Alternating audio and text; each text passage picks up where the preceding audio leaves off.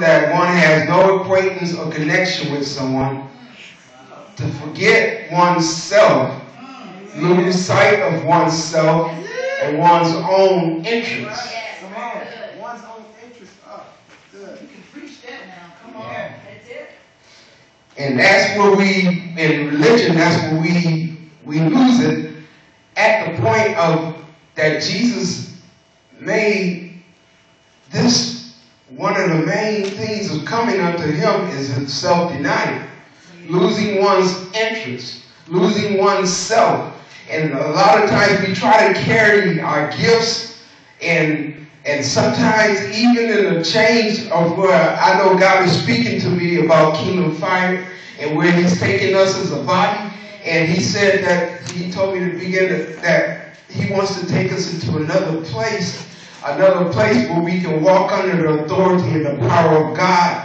And in order to get to that place, we must come to a place of self-denial. There's a further place in order to walk in authority which God has for us.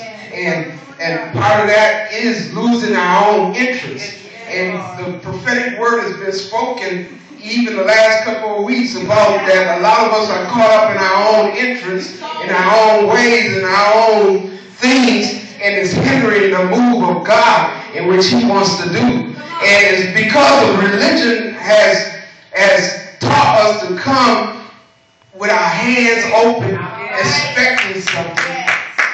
When God says, when you come unto me, you gotta let yourself go. In fact, he said, deny yourself and take up your cross. And what a cross was, another Greek word, staros.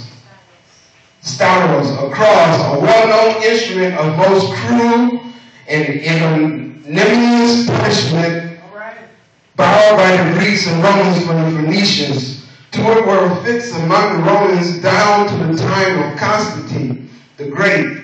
The guiltiest criminals, particularly the basest slave robbers, the authors and betters of insurrections, and occasionally in a province at the arbitrary pleasure of the government. Upright and peaceable men also, and even Roman citizens themselves. The crucifixion which Christ underwent, and the upright stake, pointed one used as such in fences or palaces, a cross, a place of punishment, a place of death. Yes, come on. And we, even the apostle was speaking to us Sunday about the Christians, about that word Christian, that we're going to move away from that word Christian because religion has made that word that says, the Bible says we were first called Christians in Antioch. But if you looked at what was happening when they were called Christians, they were being killed. And that they weren't going to, having the name being exalted, having big conferences, and making money. They said they were being called, when they were called Christians, their life was about to be taken.